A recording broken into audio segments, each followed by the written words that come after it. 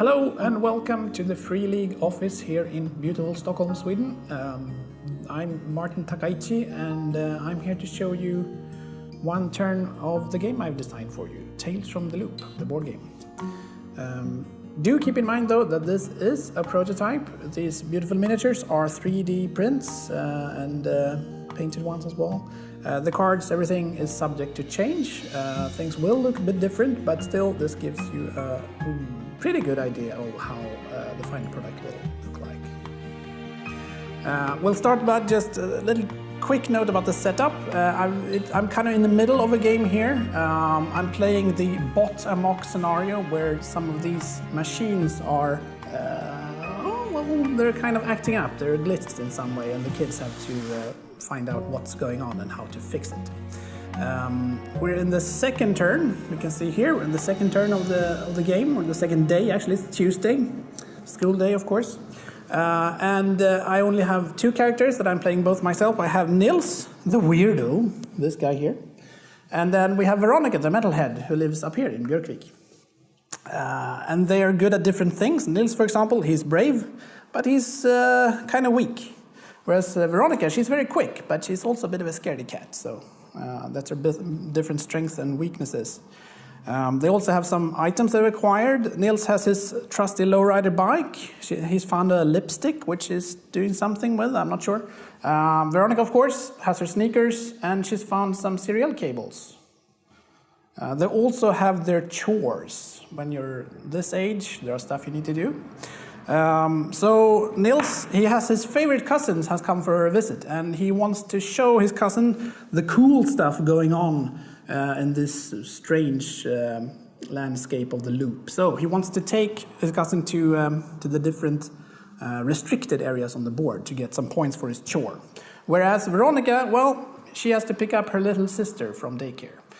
So that's her focus, besides the main mystery of the broken robots, of course. Well, let's get started. I'm going to start with the school phase, which you do every turn. And the school phase, of course, you have to go to school. So both Veronica and Nils, they move to Stenhamra, which is the location of the school in the game. And we're going to take a school card. And we get the substitute teacher. So first we'll have to check for new rumors. This here is the rumor display. These are different rumors already on the islands, and this is the draw deck. As you can see, these correspond with the different little location letters here. So we have an X here, which denotes that you take a number of rumor cards equal to the number of characters minus 1. So in this case, since I only have 2 characters, I'm going to draw 1 card. And this, since this is full, we're going to push them down like this. Boop, boop, boop. This goes down here. And this one actually falls off the track. So this means we get a negative enigma point. There's something we didn't manage to find out. So this sneaks up to 3. This is the enigma meter, basically the bad stuff that happens, the things you can't figure out. And this goes away. And then we can move, let's see, that was D. So let's move the D marker to K. So the Swatcher prison, something's going on there. After we've done that, let's have a look. We're going to roll for the event. And of course, we have the substitute teacher. And us kids, you know, when you were kids, you'd always try to kind of pull one over on the substitute teacher. So you just will tell her that Mr. Hansen always lets us leave early. Let's see if we can convince her. For this, we need to make a roll. And since Nils is the first player, I mean, I'm the first player, but, you know, it's 2 characters. Nils is the first player. He gets to make the roll. And you can see here, may try to trick the sub into letting you off early. Sounds good. And the icon here marks that it's charm that you need to do to roll for. Nils, he's brave and he's weak, and charm is just, you know, regular charminess. So he gets, when you don't have a weakness or a strength, you get 3 dice to roll. And of course, he has his lipstick, and it's also pink. And this is the pink one, so he gets an extra little charm die there for his lipstick. And he can, since we have this icon here, it shows that Veronica can help if she likes. And yeah, of course, she wants to get off early. So we get 5 dice to roll in total. And if we roll these together, and if we manage to roll a 6, that means a success on any of them. If there are no 6s, we fail, and we get the failure result instead. So let's see how we do. We got a 6, so we managed to succeed on this, which means success. All kids get 1 extra time token this adventure phase. Excellent. So these are our time tokens, or our like time cubes, as it is right now. We're going to get 1 extra. We managed to get off early. Thank you, substitute teacher. That was very good. And finally, before we start adventuring in the countryside here, we're going to have to see if the machines will move. And to do this, we take the discarded, we look at the discard pile from the school cards from the past turn, from the turn earlier, and we just combine them like this. So here we can see that these 2 machines, which is the Powerhoofer and the Fireguard, will move. And they will move according to these arrows here. So we'll check the Powerhoofer first, which is this one, which is like a worker bot. Basically, it makes like manual labor, kind of slow. And at the moment, it's since it's near one of these restricted locations, the orange locations, it's actually in alert mode, which is not good for us. So, but luckily, it moves 1 step to the east, so it moves over here. And as soon as it comes near one of these white spaces, the open locations, it flips to just standard mode. So that's good. It's not a threat to us anymore. Next up, we have the Fireguard, which is like a huge 20-meter thing. And it moves 1 step north, up like this. But it also has a little plus sign, which means that it moves again. And the second movement comes from this arrow up here. So it's always the one with the extra marking here. So it's going to move 1 step east as well. So it moves over here. And once we've done that, we can just put this in the discard pile. And we can see already that next turn, the Powerhoofer will move again, and these guys, the watchdogs over here, will move. So we always have an inkling of which robots will move, but not where or how fast. So you get a little bit of information there. And that's it for school phase. We managed to get some extra time, and I think it's school's out, and we can go adventuring and looking for strange mysteries along the islands.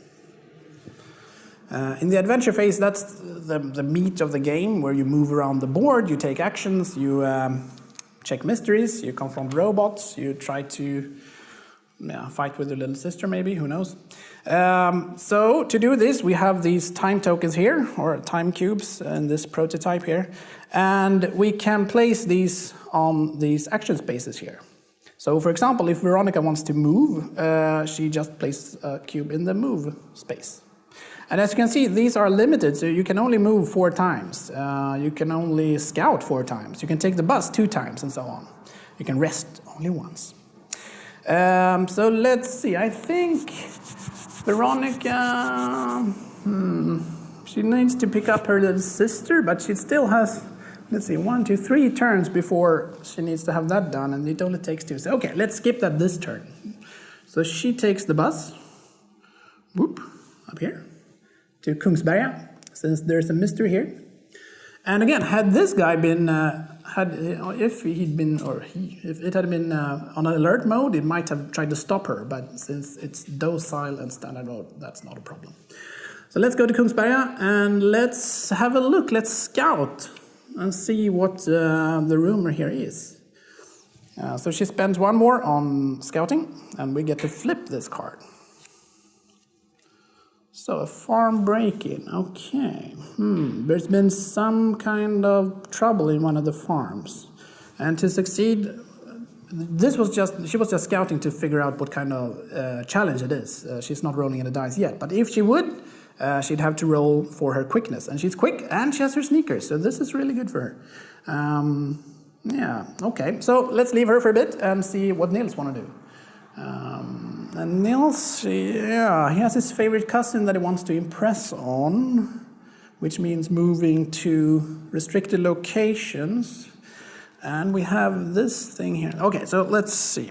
Nils takes the bus as well to up here to join Veronica. But then I think, he moves over here to Nordic Gobi. And this since when moving into a restricted area, an orange area, it actually takes 2 movements, 2 time icons to move there. So there we go, 2, and he moves in here.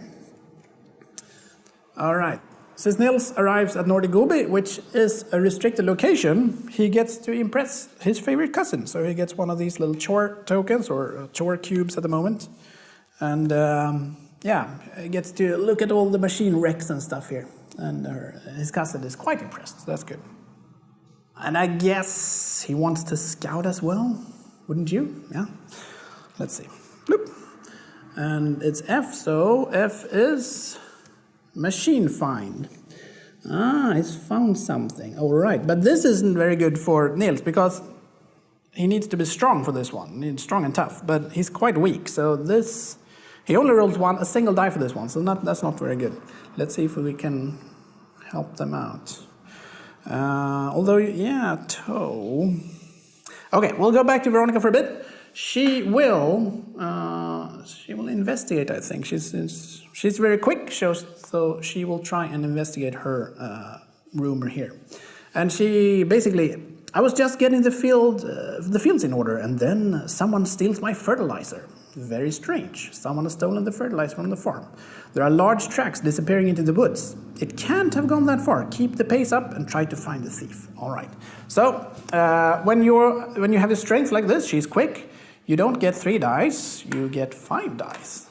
So this is her basic pool for this. But then she also has her sneakers. She's quick. So she actually gets 6 dice. It's pretty good. Let's see what happens. Well, not a problem at all. She rolls 2 successes and succeeds in this. And let's see. Success. You find it toppled over, covered in scratch marks. Gain the Dino Claw anomaly. All right, so there are items which is like regular mundane items, and then we have anomalies which are strange and wonderful items. This time she managed to find dinosaur claw lodged into the broken machine, which we have here. So that's cool. These are a bit special in that they can be used in a couple of different ways. They can either give you a special bonus like this. You may use this to bypass firewalls, which is something you do when you hack stuff. But it also gives you a bonus to your actions here.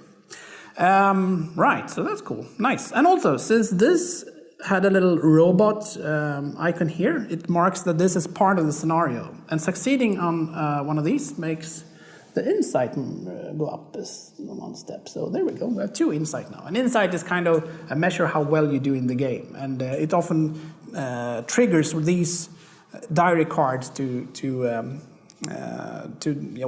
take you to the next step of the narrative. But not quite yet. So we can discard this, and let's see. I think Nils needs some help because he won't make it alone. And I see here it says toe. And this is a kind of little secret thing you can do. Instead of trying to roll the dice, which would, in Nils' case, would only be a single die because it's quite weak, you can, if you can use your item in different combinations to create combos, you can actually bypass the roll and just automatically succeed. So to do this, you need to be able to tow, I guess towing this machine mind that they're trying to find here. And let's see, he has a lowrider bike, which can, so if you combine the lowrider bike with cables, you get tow. And see, Veronica has cables. So if we call Veronica over, we could make this. All right. And as you see, you don't take individual turns. Everything is, it's integrated, so you can do it whenever you like. You just have this ongoing conversation around the table. Veronica, she spends 2 to move over here. Hello, Nils. Do you need some help? Yes. And they're gonna use their items to make a combo. Hang on. We'll just need to actually do the investigate action with Nils first. There we go. And since the lowrider bike is Nils', it's his iconic item, he gets to keep it. Normally, when you use combos, the items are discarded. But since this is an iconic item, he gets to keep it. However, the serial cables are not iconic items for Veronica. So we get to discard these. This one over here. And since they did manage to make the toe combo, they succeed on the machine find card automatically. So let's see. We need to take this back home and analyze it. The piece of machinery emits a low hum. It's small but surprisingly heavy. And since they tow it back home, let's see, success. As you bring it home, it lights up and a friendly beep greets you. Gain the machine mind anomalies. All right, so there's like anomalies galore. Yeah, here we go. So Nils get the machine mind, which can be used as an interface, and also when you scout, you can scout more firewalls. So they each have 2 actions left, or 2 time tokens left, and actually you need to make it home in time for dinner and homework. I mean, your kids. And normally it would take 1 time token to make it home, as long as you're in one of these open, unrestricted locations. But since they're both in these little weird restricted location, oh, hang on, we need to discard this. They are actually in a bit more trouble, since it's going to cost them 2 to make it home in time. So, but how bad is it if you don't make it home in time? Well, you have this little favorite track here. So far, parents are happy. They can get car rides if they like. They can afford to make it home late at least once, and the parents will still be, not angry anyway. But 2 times, and they'll get grounded, which you don't want to be. But I think at least Veronica wants to do something more to further the narrative. She wants to hack the power hoover, I think. Yeah. Okay, so Veronica moves back. Since she's moving into a white open location, it only costs her 1. There we go. And I think she'll try and hack the power hoover. And maybe Nils should move with her, so he could provide help, maybe? Yeah, okay.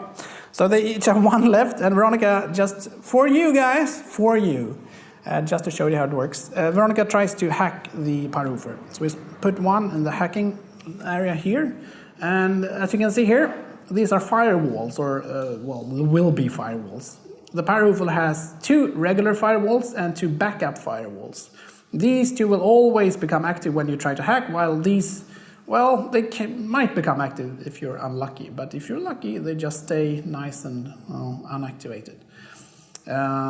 So let's see, we're gonna have our little bag of firewalls, and we're gonna draw 1. Okay. Again, this is a bit outdated, but anyway. We see here the first one, it's this, you have 2 areas. This one with the hazard stripes is only counted if the robot, also the machine, is in alert mode, which it is not. So we don't look at this one. We look at the one which says blue, which is clever. You need to be clever to figure out how this firewall works. And since she's not clever, she's just normally clever. She gets 3 dice. Yeah, should Nils help her? Yeah, why not? Yeah, Nils help. There we go. So let's see, we get 1 more die.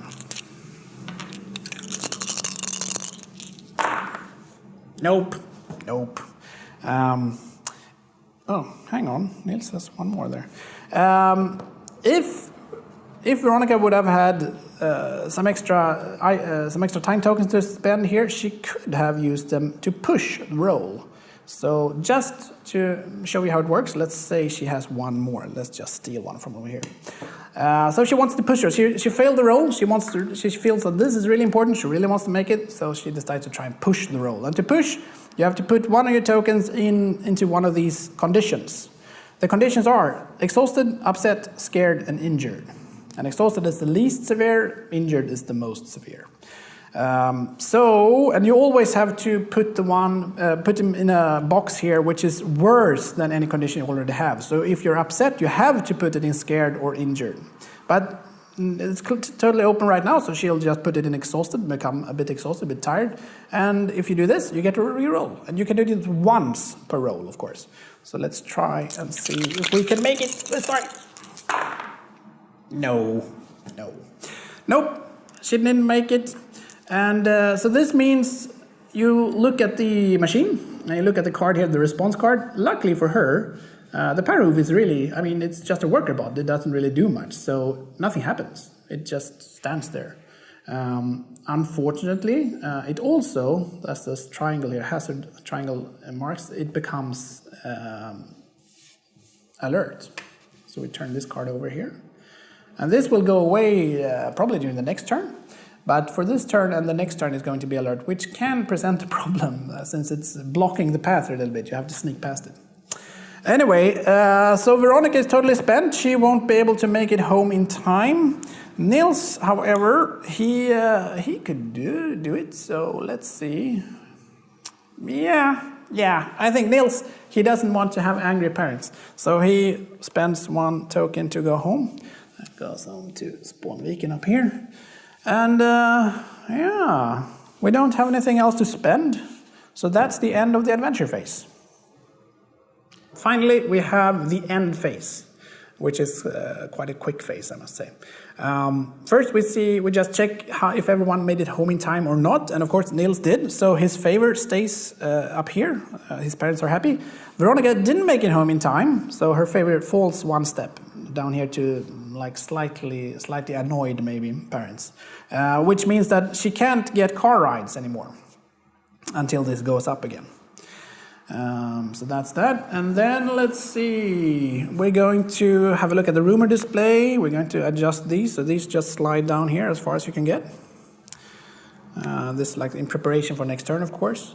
And finally, any machines that have been that are in open locations but are alert will flip their cards to the standard state. Unless someone tried to hack them this turn. And of course, Veronica tried to hack the Parahoof for this turn, so this is going to stay alert. And finally, we would pass the first player token, which I don't actually have right now, from Nils to Veronica. So here we go, passing of the torch. And that's 1 turn. For the next turn, we would just flip this over to Wednesday, we would draw a new school card. There would be more rumors to solve, and we would hopefully start making progress on the actual scenario. And the reason I didn't go much into the scenario is since we have a print and play available, I wanted to kind of keep it a little bit like a surprise, you know. And of course, I mean, I'm not actually playing the scenario. I'm just, you know.